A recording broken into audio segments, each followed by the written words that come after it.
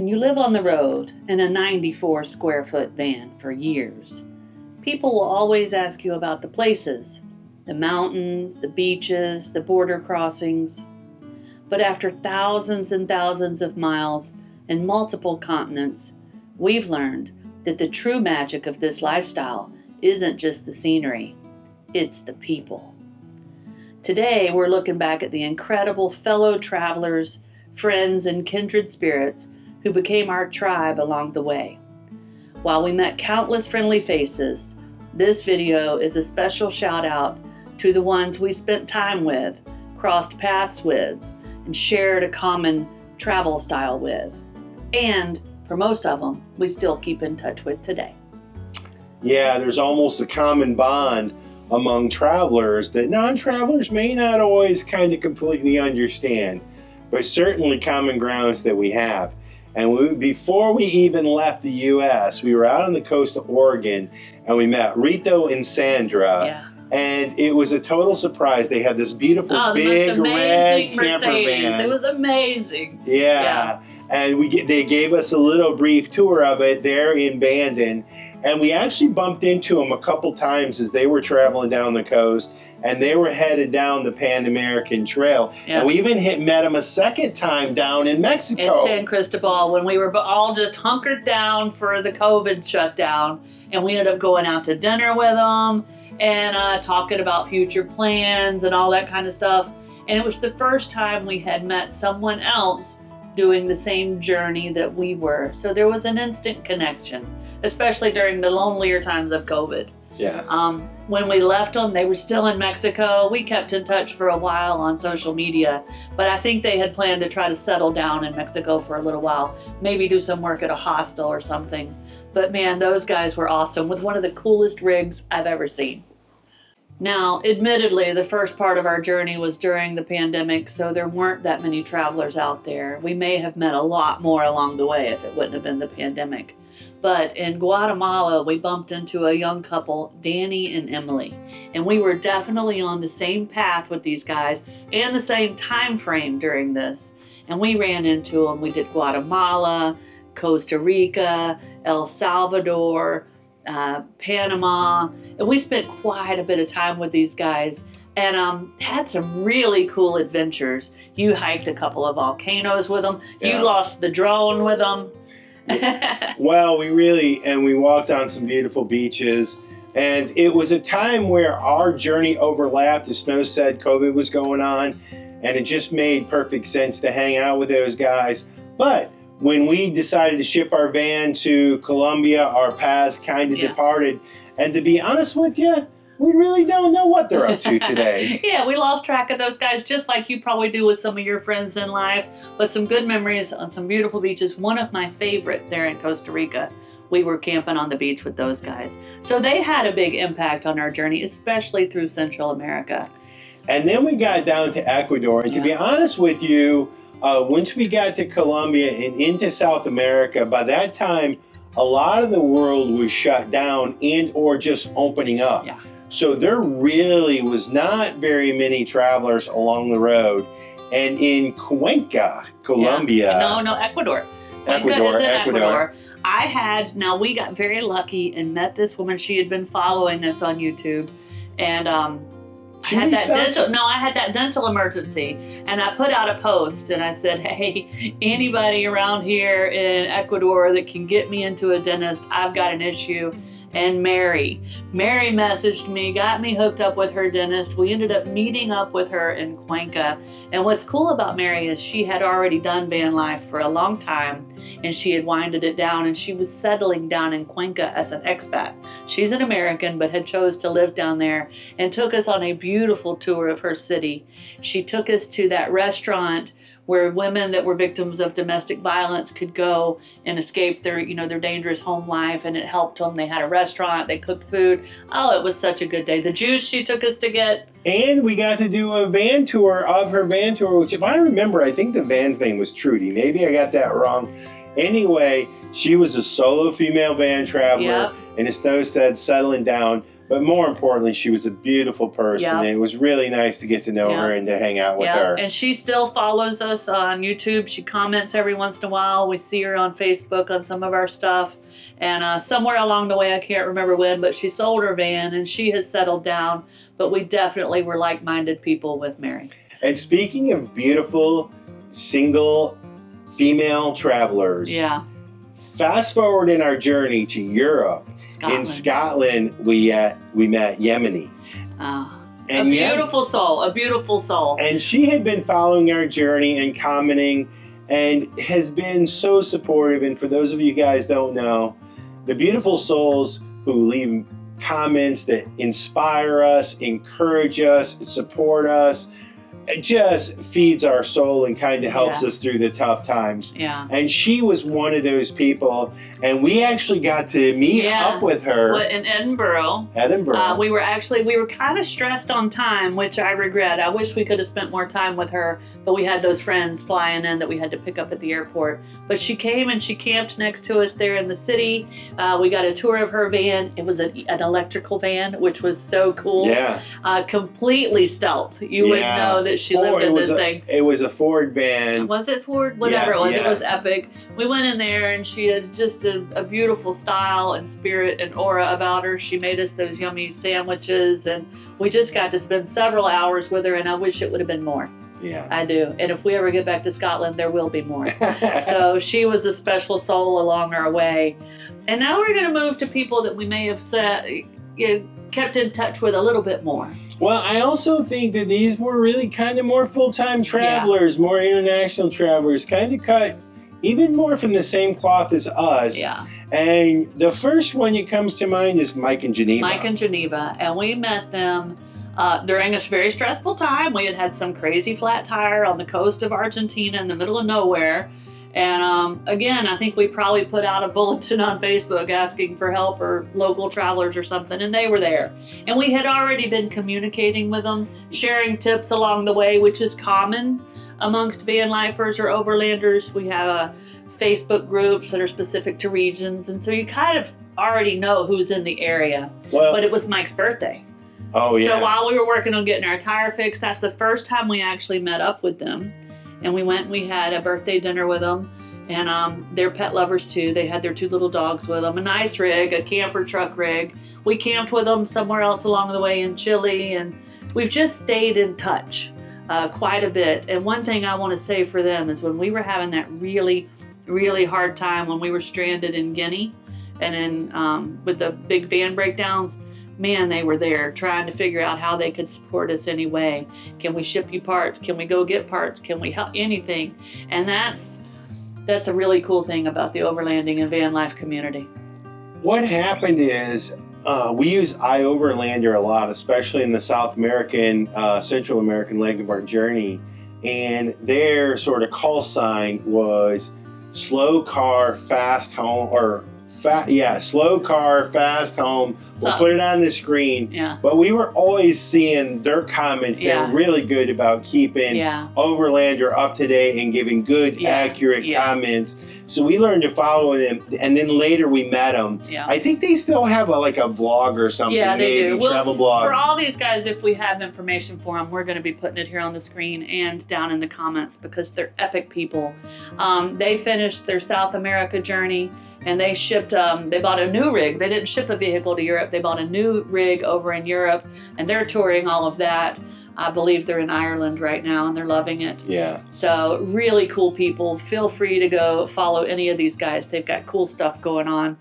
And then we've got Eric and Yuko. So I love these people. This is really wild. But we had just gotten into Peru, and I think this was after Snow's famous hike on the side of that burial grounds mountains that most of you guys have seen by now. So we were in the remotest parts of northern Peru. They didn't even have refrigeration there. And we were actually looking for a market to buy some meat, and everything was non-refrigerated. So we were nervous about that. We found this small little restaurant and we went inside and we walked in, and all of a sudden we hear, "Hey, it's Snow and Curt!" Shocking. And it was Eric and Yuko. Yeah. Now, Eric and Yuko had been messaging me quite a bit through our YouTube channel, and we had moved over to either Instagram or Facebook messaging because they were getting ready to start their journey, and they also traveled with a cat. And so they had been asking me lots of questions about pets and borders. So I felt like I kind of already knew them, but it was by far the first time. We had no idea we were going to run into them. I mean, it was the middle of nowhere. So we met up with them there. We ended up planning to go and camp with them. We made that crazy mountain drive, and then we camped with them and that other couple in Caja America. Yeah. We met him in Peru. We met him in several places. We hung out with them at the tip of the world down in Ushuaia, and then we went over to Europe, and they were going about their life a little bit, and then they shipped their van to Europe, and we adjusted our plans to meet them in one of the most epic places in the world. Dolomites. Yeah, the Dolomites. I got to do a beautiful hike with them, and we got to talk, and their life was kind of at a changing point. Yep. And you know what? I just love those guys. We had some really good experiences and times together, but I really kind of felt we just connected, and they're a special couple and always will be to us. Yeah. And we still keep in touch with them. We keep in touch with them. In fact, I asked them a few questions. First, let me tell you that they have since quit van life, because what they had just discovered when we were in Italy and you were doing that hike with them is that they were going to have a baby. So they were going through a huge life change. They retired from van life, sold their van, moved to Japan, where Yuko is from. They have since had that baby. The pictures are adorable. Toddler stages for them now, but their life has taken a drastic change. When we asked Eric and Yuko what they miss most about van life, they told us they long for being constantly surrounded by grass, trees, and the outdoors. They also miss the impromptu freedom of traveling without concrete accommodation reservations. As for the future, they would love to travel by van again, especially with their little toddler, once they find the time to buy and build a new rig. So I can't wait for that day. Maybe we'll see them again. And again, even though they have children or kind of on a different path, I still find that we have so much in common, because it was beautiful just to park the van in front of a beautiful view, a lake, a river, an ocean, a jungle, whatever, and it was so convenient because your house was right there with you. So we miss that too, guys. We do miss that. And we miss you guys. Yes, yes. Ola and Nick. Oh, beautiful, beautiful couple from South Africa. Not full-time van lifers or overlanders, maybe half-timers, but they deserved a special spot in our video. Well, we were coming down through the hardest parts of Africa. Again, a lot of you guys are familiar with that trek. It was really hard on us. And Angola was kind of the end of the trek. When we got into Namibia, everything got more modern and easier, and the wildlife. But right before that was Angola, and we went to a campground and we needed a reprieve, and that's where we met them. And they were on their own adventure, and they said, you have to come see us. We did, and they were miraculous host and hostess. They shared with us so much of the South African culture, so many beautiful spots where they were from. Malva pudding. Oh my gosh. Ola makes the best malva pudding in the world. If you don't know what that is, that's a famous South African dessert, and it is delicious. But many times around the world, we've been invited to come to people's homes, and we've gone sometimes, and we stay in their yard. You know, we sleep in our van because that's our home.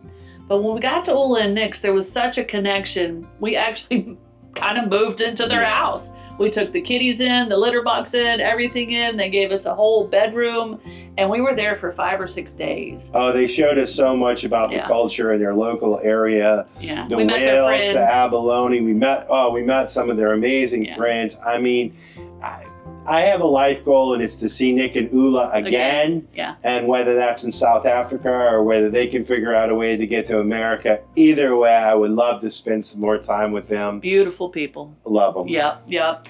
All right. Now, all of those people are special to us, but we're rolling up into some that I'm going to call family. Next level. Next level. are do or die, come get you at 2 o'clock in the morning, whatever they can do. Talk to them all the time. These last 3 fellow travelers are our travel family, without a doubt. And we're going to start with Kirsten and Helen. Now this couple, they are veterans. Oh, and I'm going to tell they're you legends. this. You guys, get your notepad out right now, because they also do a YouTube channel and have for years. Now, they don't, get monetized and all the stuff and work it like a business. For them, it's documenting their journeys. But let me tell you, these ladies have some amazing journeys. Yeah. Pre-van life through the world, van life South America. They have been doing van life for like 23, 24, a long, many years, like 23 years. They are veterans. They have a van in Canada, they have a van in South America, and for years they've flown back and forth seasonal, earned their income by working at a cherry farm every once in a while. Beautiful people, so much knowledge in their brains, and they share it freely. Yes. Yeah, and if we go 10 days without talking to these ladies on WhatsApp, I feel like something's wrong. And there has been times where we've gone longer, but they just did this epic journey down to Antarctica for Kirsten's 60th birthday, and I bet some of those videos you guys would really love. So we checked in with them. Well, we saw them in Peru the first time. We met them when we were in Cuenca. That's where we met them. Well, we definitely saw them in Argentina. We saw them several places. Well, they came to see us when we were in Buenos Aires, and we toured Chinatown. We went out to eat. They loved on our kitties. Just beautiful, beautiful people. But I asked them for an update. And if you knew them like we do, you would know that this update was a voice recording that was about 20 minutes long, because I love hearing their voice recordings. So much info. We love it. But I condensed it down for this, okay? So when we asked Kirsten and Helen about their 23 plus years on the road, they reflected on how the true magic of van life came down to stripping life back to the absolute minimum. By learning to only need what they actually used, they shed the heavy burdens of stressful, high-stress careers, saved money, and found incredible peace and freedom. As they put it, instead of spending their lives working their butts off just to afford high living costs, they reversed the formula, working 4 months to travel for 8, and discovered that living on a minimalist budget brought them lifelong health, joy, and a deep appreciation for the small things, which includes cake. These ladies love cake. They love cake. And again, you can see, if you guys have come to know us, how we're kindred souls. Yeah. Because these are lessons that we learned while we were on the road as well. Yeah, exactly. All right. The Mobies, as we call them. That's the name of their rig. This is Susie and Kim, and they're the ones that we met through West Africa, and they drive that big, giant blue overlanding rig that's named Moby because it's big like a blue whale. But these guys are something, aren't they? Our instant connection came because we survived the Banyo crossing at the same time. We didn't see them on the Banyo crossing. It was like 2 days later where we ran into them. Well, I still kind of have like guilt, okay? I still have guilt because we were kind of frantically trying to get, I think it was across the border of maybe even Angola, I'm not sure, maybe, no. Congo, we had entered the Congo. We had entered the Congo, and we came up on them. And Snow had already been communicating with them about how the Banyo crossing went. And they had a flat tire and they were getting it repaired. And they had it under control and all that stuff. But we were in a race to get down to the border so we didn't get dark caught.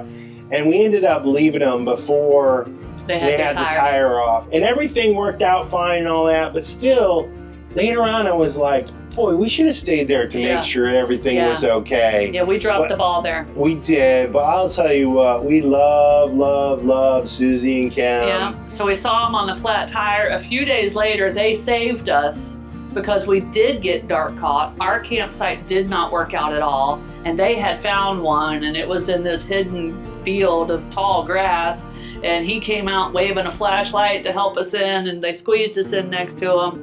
And since then, we've just seen him in Namibia, and Well, we met him in Angola when we met Nick and Ola. We met them all at the same time. We also, in Namibia, we had some magical experiences there along the coast. Yeah, on the coast, we camped with them. We had that pizza, which was our first pizza since all of West Africa. And then we went and we did, what's it called? We did the Desert Dunes tour. What was that area called in Namibia? Swakopmund. Swakopmund and Walvis Bay. Oh, with the pelicans and oh yeah, beautiful people.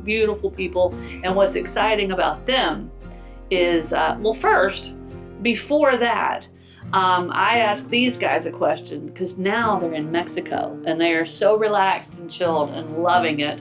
So I asked them to tell us a little bit about the difference between the tough overlanding tour of West Africa versus what they're enjoying now over in Mexico. And they sent us a voice recording, so I'm just going to let that play here so you hear it in their words. So, hello, Snow and Curt. Well, regarding your question, these are our thoughts. Africa changed the way we travel. I think it taught us patience and flexibility and how to deal with unexpected situations without getting stressed or not too stressed. And looking back, I think it was probably the best school we could have had for overlanding. Regarding it was our first trip. And it gave us memories we'll never forget. We are also incredibly proud of ourselves for making it all the way through. Driving from Germany with this big rig to South Africa, we are really, really proud. And I think we got a lot of self-confidence. Because of that experience, Mexico feels much easier. And I think anywhere we will go, you cannot compare it. We worry less and we solve problems more calmly and enjoy the journey even more. We also feel freer because we attract far less attention. And to be honest, there is almost no begging, and I'm really happy about it. And everyday life is simply more relaxed. I also love, to walk the dogs in small villages and nobody approaches me or follows me or wants something. And I really feel, much more free, to be honest. And Africa was the bigger adventure. Mexico is the more comfortable and relaxed journey. But we wouldn't want to miss either. Because without Africa, we probably wouldn't appreciate Mexico in quite the same way. So we're happy the way it was. Yeah. Love you guys. Bye-bye. So you can tell they're doing awesome, but the really cool news about these guys is their next country is the USA. We will be meeting up with Kim and Susie maybe sometime around the holidays or just after. We don't have it all dialed in yet. And when we do, you guys will definitely get to know them a little bit better. We love these guys. And that rolls us into... Last but not least. Definitely not least. Dave and Diane. David and Diane. And Dave and Diane, honestly, they, again, long-time travelers, been traveling 20 plus years, nomadic style, not always in a van. I think they picked up our videos sometime in South America, and they were inspired and decided to, they were traveling in Europe. They were doing like cat sitting or pet sitting house things. Sitting, yeah. They traveled a bunch of different ways and said van life might be for us. They bought a van in Europe and been traveling around, gave us a bunch of pointers. Yeah, when we announced on our YouTube channel that we were going to be shipping the van to Europe, they immediately started sending us very valuable information. We connected with them, and then when we landed in Europe, we met up with them right away as soon as we could figure it out how to. I think it was in France, in that little campsite. Yeah. We didn't get to spend much time with them, but that was our first official meeting. And since then, we've enjoyed amazing campsites on the coast of Albania. We did Christmas with them in Italy. Yeah. We did Albania when I lost another drone. And then the UK, you did a lot of maintenance with them in the UK. Yeah. When I went home for a family visit. Look, we met up with them several times. We've communicated even more, sharing pictures, photos. They've done some amazing ventures up They love to fish in Norway. Oh, yeah. We didn't get to do Norway, so they've really made us jealous of them and really have us wanting to do Norway. Well, they've given us a goal. However we do it, whether we rent a camper van in Norway or we ship one or we buy one or whatever, one day we will do van life in Norway, and hopefully some of it will be with them. But we definitely have some special memories, and again, kindred souls. Yeah. They love Turkey. They met up with us in Turkey. When you were so sick, Before we left. Family. Without a doubt, family. Again, people that we definitely want to meet up with and see again, and we're going to make it a point to do that. When we asked David and Diane what makes van life different from any other way they travel, David put it best in his own words. So I'm going to quote this here. I love the amount of time I get to spend with my partner. We're together 98% of the day. We are truly a team. We know what her strengths are, and we know what mine are, and we adjust our lives to each. So he shared how the closeness builds an unbuyable shared experience, whether it's walking through ancient Greek ruins in the snow, experiencing the Kelpie statues in the middle of the night when no one else is there, hearing the aurora crackling overhead while you're parked up next to a Norwegian fjord, or turning dinner in Florence into just another Tuesday night. As David summed it up at the end, being alone together is my favorite part of this lifestyle. And true to form, Diane's entire response to our question was simply ditto. And she added how much they love being in nature. So they sent us a bunch of photos, so you got to see that. These guys are living an epic life. And I think we share that relationship kind of bond with them, because me and Curt have that same connection as well. Yeah, and I think, if you look at all the friends that we've made throughout the journey, we all are or tend to be kindred spirits. We've experienced a lot of the similar things, even if our challenges or struggles weren't the same, even if our rewards or whatever we were looking at wasn't the same. We have the same feelings and emotions and appreciation for the lifestyle that we've all chosen to live. Yeah, and David and Diane really document it well on Instagram. We've told you about their Instagram before. We're putting it here again. And he's working on updating their website, and he's got some really amazing pictures on there. So y'all go check them out. All of these guys, any of them that share anything on social media, it will be down in the description of this video as well. Some of our favorite people on earth. So pop down into the comments and tell us if you've ever met someone traveling around the world that you've had an instant kind of connection or bond with, that you stay in touch with, because these are some of the best connections we've ever made in our life. And if seeing these familiar faces has you, like us, feeling a little nostalgic for the open road, we've got good news. You can keep riding along with us right now. We're queuing up some of our favorite adventures right here on the screen. Click over and watch the next, and we'll see you over there.